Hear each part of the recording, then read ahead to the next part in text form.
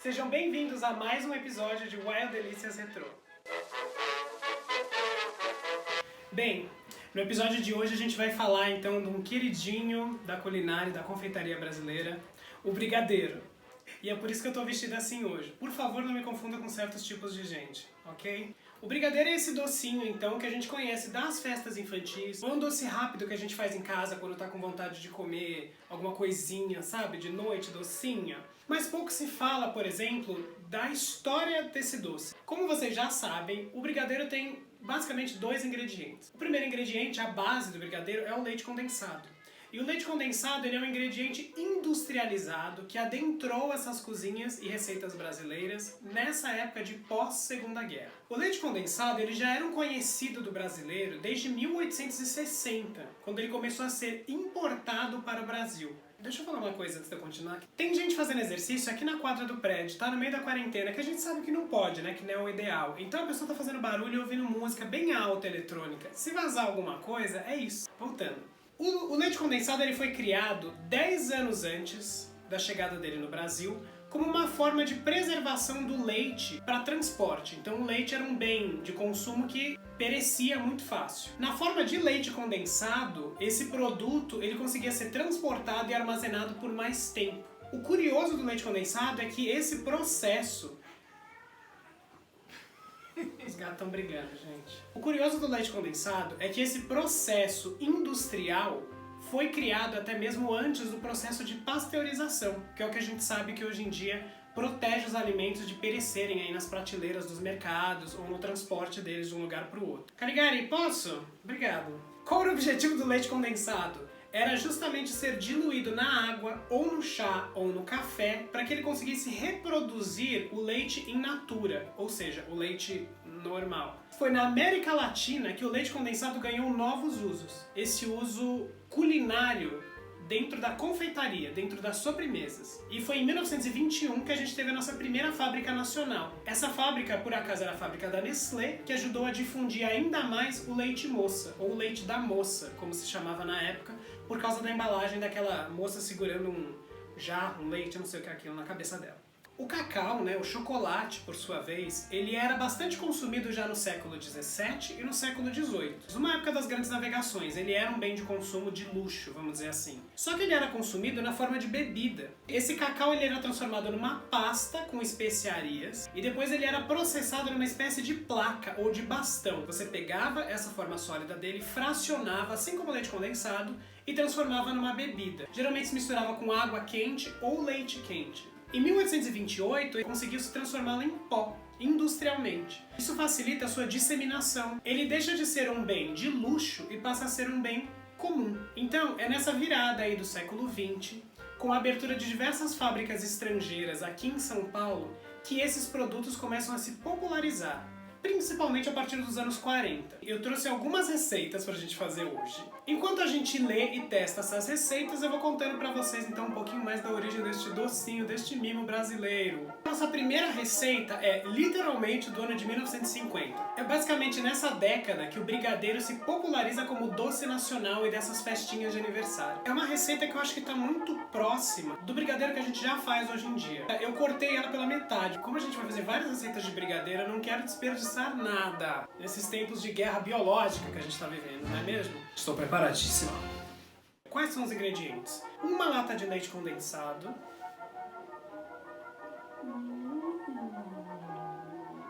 meia xícara de leite. O leite é um dos ingredientes que faz com que você consiga deixar o brigadeiro cremoso. E uma colher de sopa de chocolate em pó, que eu acho bem pouco na verdade, então vou colocar uma colherinha bem cheia. Assim que você estiver mexendo e conseguir ver o fundo da panela, você pode tirar já esse brigadeiro do fogo, esperar ele esfriar e enrolar. Aliás, todas as receitas passam essa instrução. Acho muito curioso que é dessa época em que se enrola o brigadeiro e passa no granulado pra gente usar nas festinhas. E agora, gente, eu vou testar isso daqui que eu não tinha usado no canal ainda, que é o meu novo cooktop, viu? Que eu tô pagando parcelado. Eu já mexo aqui na potência, ó. Uma incrível! A tecnologia do Brasil!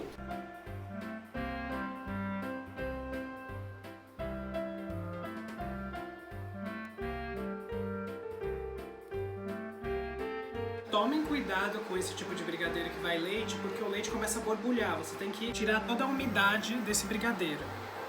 Então, usem uma panela um pouquinho mais alta, deem uma distância da panela, né, do fundo da panela até o topo, porque esse brigadeiro ele borbulha. E você tem que esperar ele parar de borbulhar para que ele fique no ponto certo. Eu vou vir daqui, sabe? Como se fosse bem Rita Lobo. Já tá gravando já. Desde 1937, após um golpe de Estado, o Getúlio Vargas instaurou o Estado Novo aqui no governo do nosso país. Pouco tempo depois, 2 anos para ser mais exata, a gente teve início a Segunda Guerra Mundial. Nesse contexto, reproduziu-se dentro do nosso país essa escassez de ingredientes que era mundial. E isso afetou principalmente a produção de laticínios. Priorizou-se o leite em pó e o leite condensado ao leite fresco. Assim as pessoas conseguiam armazenar esses ingredientes. Com a saída do Vargas do poder em 1945, não que ele quisesse sair do poder, campanhas de candidatos começaram a se articular, de novos candidatos à presidência do país. E dentre esses candidatos está o nosso queridíssimo Brigadeiro Eduardo Gomes. E o brigadeiro aqui está sendo utilizado, gente, todo esse tempo somente como termo militar, tá? Esse brigadeiro se candidata à presidência pela União Democrática Nacional em 1945 e em 1950. Essa eleição de 1945 ela é importantíssima, porque ela é a primeira eleição obrigatória a todo o povo brasileiro. As mulheres, inclusive, já haviam conquistado o direito do voto em 1932, mas elas não tinham sido obrigadas até então a praticar esse direito. E aí, meu bem, a campanha do Eduardo Gomes se utiliza disso, faz com que esse candidato seja associado a um homem de valores cristãos, nacionais, que ele é bonito, que ele é solteiro, que ele é um partidão. E esse apelo ao público feminino é a grande sacada deles. Inclusive, uma frase que utilizava-se bastante na campanha dele era: brigadeiro, brigadeiro, é bonito e é solteiro. Daí que surgem os primeiros boatos, que é o que se reproduz hoje em dia, que esse docinho era vendido pelas mulheres nas campanhas, para angariar fundos ao candidato. Então era o docinho do brigadeiro, utilizando esses ingredientes novos, industrializados. Agora a gente vai então para a nossa segunda receita, de 1954. Essa receita traz um ingrediente que eu, particularmente, nunca tinha visto ser associado ao brigadeiro, que são gemas. A gente vai utilizar, então, uma lata de leite condensado. Esqueci de falar, sabe por que eu tô fazendo um monte de doce? Porque essa semana, menina, é meu aniversário, sabe? É um Wild Delicious temático. Muito higiênica. A gente colocou uma lata de leite condensado, 3 gemas, tá? Que eu separei aqui. As gemas vão funcionar como uma gordura. Ela vai ser um emulsificante. Olha, você viu? Muito estudada, tô usando palavras com várias sílabas hoje. 2 colheres e meia de chocolate, 1 colher de sopa de manteiga. E novamente eu vou ligar aqui meu grande aparelhinho, meu grande amiguinho. Coloca nos comentários que nome vocês acham que eu devo dar pro meu cooktop, porque eu quero batizá-lo. Porque daí quando eu ficar muito famosa eu vou vender camisetas com a cara do meu cooktop e eu, bichinho de pelúcia do cooktop.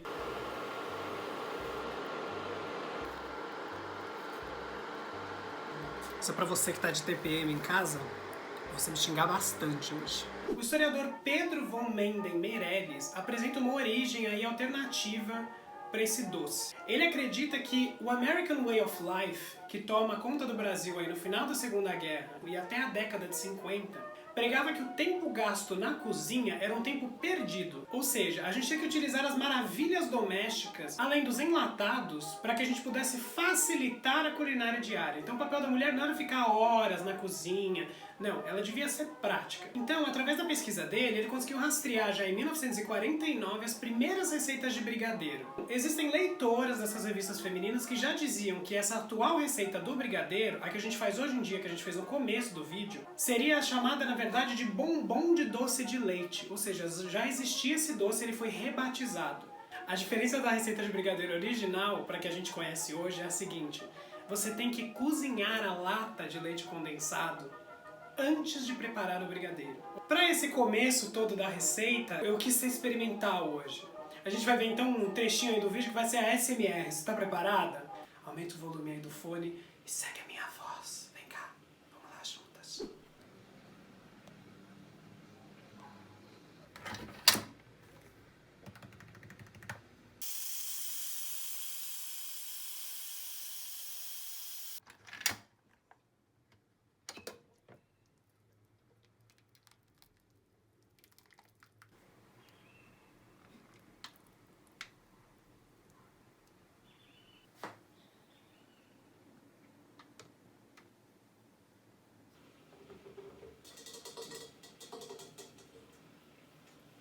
Então a gente vai colocar esse doce de leite aqui.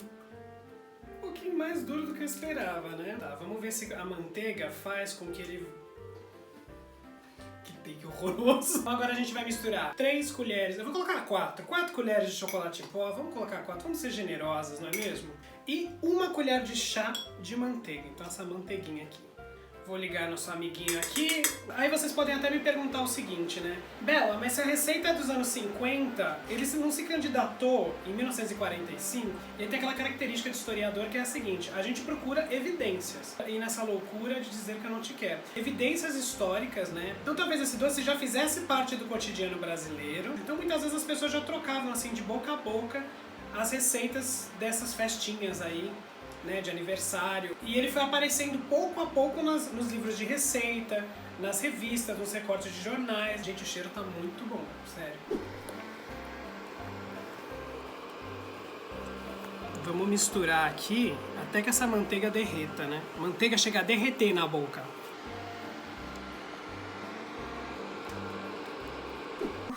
Gente, ficou muito quente essa casa gigantesca, esse palácio em que eu moro. Enquanto então o nosso brigadeiro esfria, e eu também me esfrio um pouco, acho que é curioso a gente pensar como, além da própria culinária e da confeitaria, essas cerimônias de confraternização são mudadas pelo uso de novos ingredientes. Então, por exemplo, como que eram os aniversários antigos? Se você for pegar os aniversários de antes da década de 40, parecia mais um jantar. E agora os nossos aniversários têm essa carinha aí dos anos 50, esse cardápio mais moderno, que acompanha a própria história da culinária, das tecnologias e da política do nosso país. Gente, como vocês sabem que aqui eu sou muito sincera, foi o seguinte: eu achei que daria tempo de gravar essas receitas e enrolar os brigadeiros, mas só que não vai dar tempo. Já são quase 6 horas da tarde e eu preciso fazer minhas coisas. Eu vou provar com a colher mesmo, tá? Primeiro brigadeiro, aquele brigadeiro que tinha leite.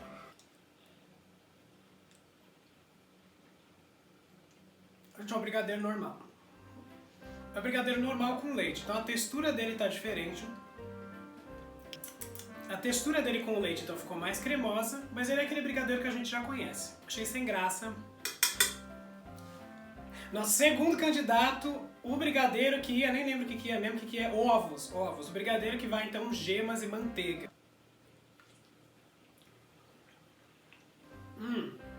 É esquisito, mas eu gosto mais que o outro, acho diferente. Não sei se dá pra sentir mesmo o gosto do ovo, mas ele é mais...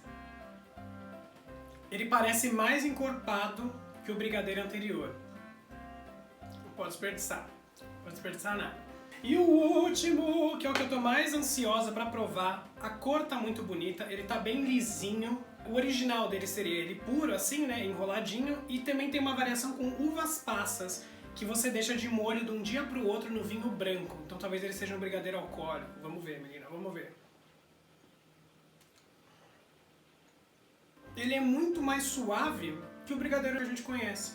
Talvez pelo leite condensado já ter sido caramelizado para virar doce de leite, você não leva aquele soco na cara do chocolate. E olha que ele das receitas foi o que mais levou chocolate. Agora eu vou provar com uma uvinha aqui. Vamos ver.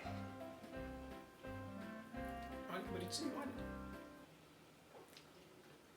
Fica com um gostinho de conhaque. Eu sei que é vinho, mas ele fica com um gostinho de bombom de licor. É isso, bombom de licor. Só vou fazer brigadeiro assim. Tudo bem que daí esse brigadeiro não é uma receita rápida, né? Não dá pra fazer na narica esse, porque ele, né? Ó. Bem, meninos e meninas, tivemos aqui 3 receitas diferentes. Nunca fiz tanto doce na minha vida, assim. Esse brigadeiro original, eu achei ele super diferente. Eu achei ele muito mais complexo e muito mais suave que os outros. A uva passa embebida em vinho branco fez a diferença, viu, menina? Faz a diferença. Bem, eu já tô morrendo aqui, então por hoje é só. Muito obrigado por estarem comigo em mais um episódio de Wild Delícias Retrô. Me contem aí nos comentários, então, qual a receita favorita de brigadeiro de vocês e qual o segredo da sua receita. E se você experimentou uma dessas receitas. Essa daqui é normalzinha, vai, dá pra fazer em casa, não seja preguiçosa. Tá aí sem fazer nada, tá se isolando socialmente, que eu sei que você é uma boa menina. Então por hoje é só, um beijinho em cada um de vocês. Fique em casa assim, top de brigadeiro. Beijo!